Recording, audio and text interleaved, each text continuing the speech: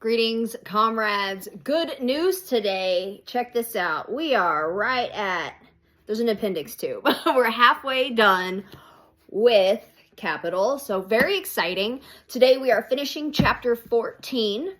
And just a warning, chapter 15 is like 200 pages long. So we'll be spending the next, 6 weeks on chapter 15.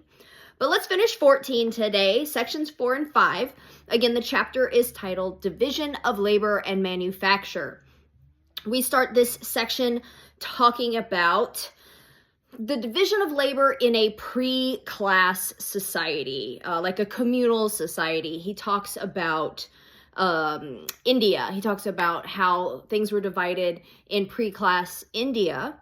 And basically, we're still talking about a division of labor divided by age and skill and maybe gender sometimes, how all of the work to make the community survive, to grow the food, to hunt, to do the maintenance around the home, to raise the children, all of those things were all shared among all the people that live there, which is a type of division of labor. And then we move back into the modern day, Marx's modern day, and talking about the division of labor under capitalism. He uses an example of how workers don't necessarily working together, like the way we think of I'm doing something, you're helping me with it, but as workers each taking on a part of the whole. And the example he uses here is making boots, like shoes to wear. One worker or a group of workers will raise the cattle, right? Somebody else might slaughter the animal. Another person is going to tan the hide to make the leather. And then the cobbler is going to take all those pieces together and actually build the boot. Okay, so it's still a division of labor because all these different parts are working together towards the whole. When we talk about factories, the larger the production, the more division of labor there is. So if we're talking about just a small little operation that has 3 or 4 people, probably everybody there shares skills and they work together. And one person might do one thing and one person might do another, but it's very shared. But when you have a very large production, you can think modern day, like making cars, every person does one very small little piece of it. So the labor is divided into more smaller pieces to create that whole of the larger production. We're talking about capitalism, of course. So when you have the division of labor plus the division of the classes, this is how capitalism develops.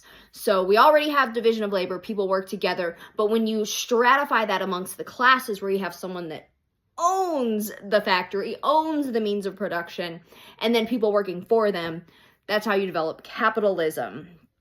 There's a brief mention here of how the capitalist seeks to eliminate all regulation, which we have talked about previously, and how all the pushback against child labor laws and things like that. We still see that today. Obviously, capitalists don't want to be regulated. They want to abuse their workforce as much as possible. They want to pollute the environment as much as possible.